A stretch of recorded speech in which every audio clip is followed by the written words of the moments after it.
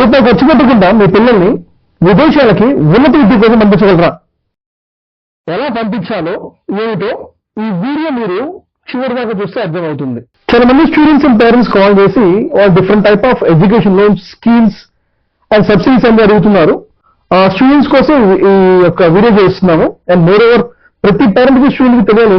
చాలా nationalised banks, private banks కూడా పిల్లలు ఎవరైతే విదేశాలకు చదువుకోవాలనుకుంటున్నారో వాళ్ళ కోసం డిఫరెంట్ స్కీమ్స్ తీసుకొచ్చాయి. ఆ స్కీమ్స్ ఏంటి, ఎలాగో వాళ్ళకి ఉపయోగపడతాయి, వాటి వల్ల స్టూడెంట్స్ కి పేరెంట్స్ కి బెనిఫిట్స్ ఏంటో ఈ వీడియోలో చూద్దాము. డియర్ స్టూడెంట్స్ అండ్ పేరెంట్స్, మీరు మన వీడియోని పూర్తిగా చూడండి. అలానే ఈ వీడియోని షేర్ చేయండి, లైక్ చేయండి, మన ఛానల్ సబ్స్క్రైబ్ చేయండి, వీడియోస్ ని షేర్ చేయండి. వీటి వల్ల ఏం జరుగుతుంది, స్టూడెంట్స్ ఎవరైతే అబ్రాడ్ వెళ్ళి చదువుకోవాలనుకుంటున్నారో వాళ్ళకి ఎడ్యుకేషన్ లోన్స్ గురించి, తర్వాత మేము ఇంకో వీడియో చేస్తున్నాము మన ఇంకొక ఛానల్లో. మనము ప్రధానమంత్రి విద్యాలక్ష్మి స్కీమ్ గురించి చెప్పుకున్నాము. ఈ రోజు మనము మన జోబులో నుంచి, అంటే మీ పేరెంట్స్ జోబులో నుంచి ₹1 ఖర్చు కాకుండా ఏదైనా కోర్స్, MBBS కానీ, ఇంజనీరింగ్ కానీ, ఇతర ప్రొఫెషనల్ కోర్సెస్ ఏదైనా కానీ అబ్రాడ్ లో ఎలా చదవాలో మనం ఈ వీడియో తెలుసుకుందాం. Go into the video without doing any delay.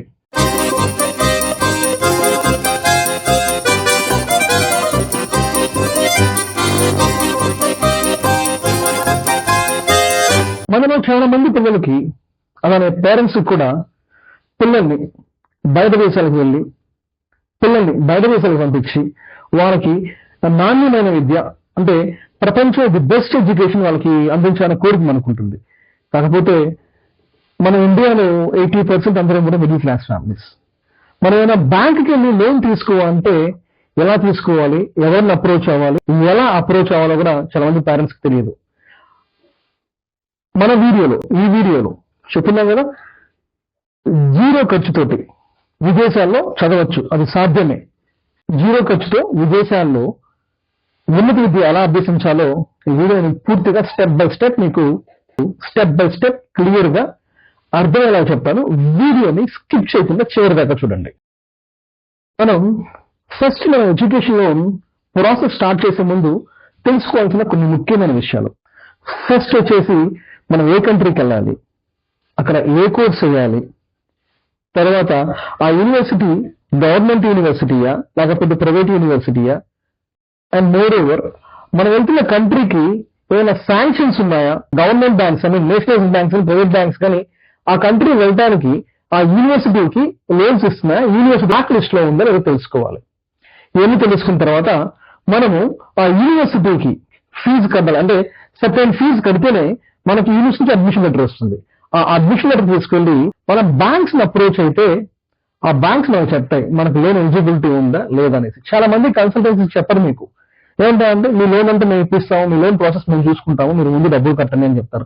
మీరు డబ్బులు కడతారు, మీకు అడ్మిషన్ లెటర్ వస్తుంది, లేదా మీరు డబ్బులు కడతారు, ఆ కన్సల్టెన్సీ మీకు ఫేక్ అడ్మిషన్ లెటర్ ఇవ్వచ్చు, పేరుకి ఒకసారి మీరు ఎలిజిబిలిటీ ఉండకపోవచ్చు. ఇది కూడా పూర్తిగా తెలుసుకోండి. మీరు అడ్మిషన్ లెటర్, మీరు యూనివర్సిటీకి ఫీజు కట్టి అడ్మిషన్ లెటర్ తెచ్చుకునే ముందే మీరు బ్యాంక్ ని అప్రోచ్ అయ్యి, మీకు అంటే చాలా మంది పేరెంట్స్ కి ఎలా ఉంటుందంటే సిబిల్ స్కోర్ ఉండకపోవచ్చు. కొన్ని బ్యాంక్స్ ఏంటంటే సిబిల్ స్కోర్ ఎంత బాగున్నా కూడా 10 లక్షల పైన మనకు లోన్ కావాలంటే 10 లక్షల లోపు, 7 నుంచి 10 లక్షల లోపు అయితే మాక్సిమం బ్యాంక్స్ వచ్చేసి ఎటువంటి కొలెటరల్ తీసుకోవట్లేదు. 7 లక్షల పైన, అంటే 7 నుంచి 10 లక్షల పైన లోన్ కావాలి అంటే మనకి బ్యాంక్స్ ఖచ్చితంగా మన దగ్గర కొలెటరల్ అవుతున్నాయి. అంటే సిబిల్ స్కోర్ బాగుండాలి, మనం కొలెటరల్ పెట్టాలి. కొలెటరల్ అంటే మన దగ్గర ఉన్న ఆస్తి ఏదైనా తనఖా పెట్టాలి. ఫర్ ఎగ్జాంపుల్ మనకి 10 లక్షల రూపాయల లోన్ కావాలంటే మనం 12 లక్షల రూపాయల ఆస్తి తనఖా పెడితే మనకు లోన్ వస్తుంది. పేరెంట్స్ అండ్ స్టూడెంట్స్ ఇది ముఖ్యంగా గమనించాలి. సిబిల్ స్కోర్ బాగుండాలి, తర్వాత సిబిల్ స్కోర్ బాగుండి మనకి ఎడ్యుకేషన్ లో మోర్ దెన్ 10 lakhs కావాలంటే బ్యాంక్స్ ఖచ్చితంగా కొలెటరల్ అడుగుతున్నాయి. ఈ కొలెటరల్ లేకుండా ఏ బ్యాంక్ కూడా లోన్ ఇవ్వదు. ఇది మీరు ముఖ్యంగా తెలుసుకోవాలి. మిగతా కన్సల్టెంట్స్ మిమ్మల్ని ఫస్ట్ ఉచ్చులో దిగించేది ఇక్కడే. మీ చేత ఫీజు కట్టించి అడ్మిషన్ లెటర్ పెట్టించి, అడ్మిషన్ లెటర్ వచ్చిన తర్వాత మీకు ఎలిజిబిలిటీ లేకపోతే, అంటే మీకు యూనివర్సిటీ మంచిదే, అన్ని మంచిదే, కాకపోతే పేరెంట్స్ దగ్గర కొన్నిసార్లు రకరకాల కారణాల వల్ల పేరెంట్స్ సిబిల్ స్కోర్ కానీ, అంటే పేరెంట్ కో అప్లికెంట్ కాబట్టి, పేరెంట్ స్టూడెంట్ కి కో అప్లికెంట్ అవుతారు కాబట్టి కో అప్లికెంట్ ప్రొఫైల్ బాగుండాలి. చెప్తున్నాం కదా, ఇవన్నీ ఉంటేనే మీకు లోన్ ఛాన్స్ ఉంటుంది.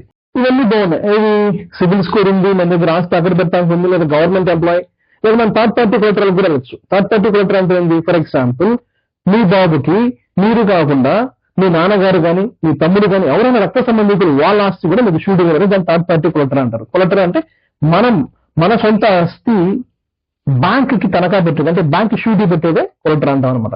థర్డ్ పార్టీ కొలెటరల్ అంటే మన రక్త సంబంధికులు మన పిల్లల కోసం ఇచ్చే షూటినే, ఆస్తి షూటినే థర్డ్ పార్టీ కొలెటరల్ అంటారు. ఓకే, మనకు సిబిల్ స్కోర్ బాగుంది, మన దగ్గర కొలెటరల్ అన్నీ ఉన్నాయి. నెక్స్ట్ మనం ఎలా చేసుకోవాలి?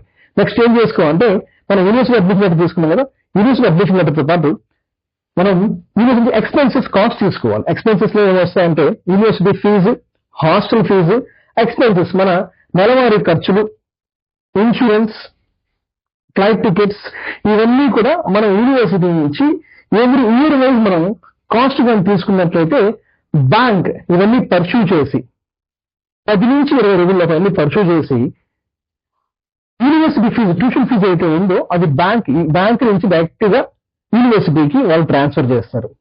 అలానే ఎక్స్పెన్సెస్ ఉన్నాయి కదా, ఖర్చులు, ఇది మెస్ కి, వీసాకి, ఇన్సూరెన్స్ కి, హాస్టల్ కి, ఇవన్నీ వచ్చేసి డైరెక్ట్ గా స్టూడెంట్ అకౌంట్ లో ఇస్తుంది. ఇదంతా కూడా అడ్మిషన్ లెటర్ వచ్చిన తర్వాత మాత్రమే మనం ఈ బడ్జెట్ బ్యాంక్ చూపిస్తేనే బ్యాంక్స్ మనకి లోన్ ప్రొవైడ్ చేస్తాయి అనమాట. ఈ బడ్జెట్ ఖచ్చితంగా యూనివర్సిటీ నుంచి లేదా కన్సల్టెన్సీ నుంచి స్టాంప్ వేసి, యూనివర్సిటీ స్టాంప్ వేసి ఖచ్చితంగా తీసుకో. యూనివర్సిటీ స్టాంప్ లేకపోతే ఏదో ఒక తెల్ల కాగితం మీద రాసిచ్చామంటే కుదరదు. మీరు ఈ లోన్ ప్రాసెస్ లో కరెక్ట్ అయిన బుక్స్ చేసుకో. రీజన్ ఏంటంటే బ్యాంక్ టు బ్యాంక్ వడ్డీ రేట్ మారుతూ ఉంటుంది. కొన్ని nationalised banks, private banks, NBFCs ఉంటాయి.